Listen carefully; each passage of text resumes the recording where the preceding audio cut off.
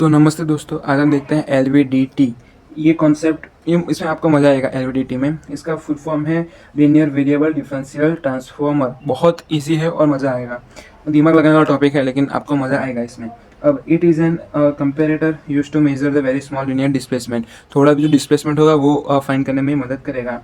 अब electromagnetic induction में ये काम करता है।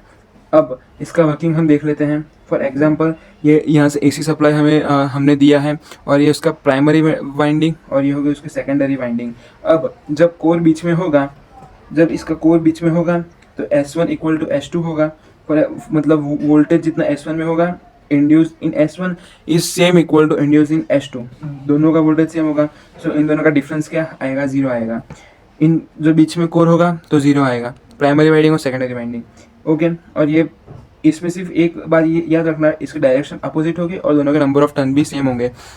फिर उसके बाद इसमें एक सिंपल चीज़ है, जैसे हम क्लास में पता है हम वो रस्सी खींच खेलते हैं, वो हम डोरी खींचते हैं। तो उसमें जो डोरी खींचते हैं तो जब डोरी यहाँ पे भी सेम आदमी फोर्स जितना लगा रहा है यहाँ पे भी फोर्स लगाएगा तो रस्सी बीच में रहेगी तो दोनों के फोर्स बराबर हैं।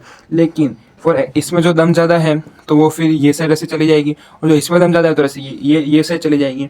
तो अभी ये बीच में है तो दोनों के S1 और S2 के दम बराबर हैं। फिर उसके बाद क्या होगा? केस 2 होगा if core moves left. For example, यहाँ से ये है और यहाँ पे सरफेस है। अब ये सरफेस में कुछ भी डिफ्लेक्शन आया या कुछ भी हुआ तो कोर लेफ्ट या राइट कहीं पे भी मूव करा। फॉर एग्जांपल, ये लेफ्ट मूव करा तो अगर जो कोर लेफ्ट मूव करेगा तो S1 gets more induced voltage and S2 gets less induced voltage. तो क्या होगा? S1 में इंड्यूस्ड वोल्टेज ज़्यादा आ जाएगा और S2 में इंड्यूस्ड वोल्टेज कम आ जाएगा। S1 ज़्यादा ताकतवर, इस केस में S1 equal to S2। This shows displacement to the left. अब इसमें S2 ने खींच लिया तो अब ये डिस्प्लेसमेंट कहाँ शो करेगा? लेफ्ट के साइड।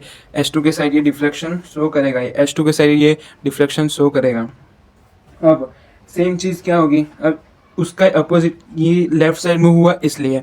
अब उसी जगह ये राइट साइड, जैसे ये सरफेस है तो हमने देखा कि ये ऐसा आया तो ये लेफ्ट साइड मूव हुआ तो ऐसा। अब लेकिन ऐसा जो राइट साइड मूव होगा तो क्या होगा? कोर ये साइड जाएगा।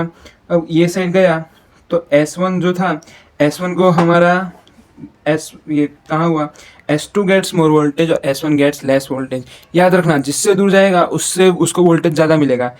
S2 से S1 के पास है तो S2 से दूर गया तो S2 को वोल्टेज ज़्यादा मिलेगा और S1 को कम मिलेगा।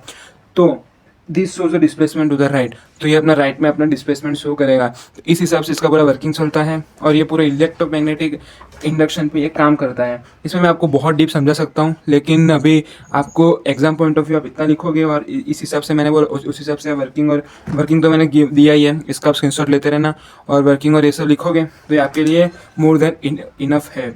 अब ये अपना इसके एडवांटेजेस अलग अलग, एक्यूरेसी बहुत ज़्यादा है, ये फ्रिक्शन भी नहीं है और नो वियर, घर्षण भी नहीं आता है इसमें। फिर कहाँ कहाँ इसे हम यूज़ कर सकते हैं? डिस्प्लेसमेंट मेजरिंग करने के लिए थिकनेस और इलेक्ट्रिकल कंपेरेटर। थिकनेस भी हम इसे मेजर कर सकते हैं और इसके अलग अलग, इसको हम इलेक्ट्रिकल कंपेरेटर के तरीके भी हम इसको यूज़ कर सकते हैं। तो इसका सिंपल टॉपिक था, सिंपल था लेकिन था थोड़ा तो दिमाग लगाना था लेकिन मज़ा आती, चीरा चलो टॉपिक था। तो कुछ भी डाउट हो तो कमेंट कर देना, मैं आपको जवाब जरूर दे दूँगा। और वीडियो को अच्छा लगा तो लाइक करना, चैनल सब्सक्राइब करना। धन्यवाद।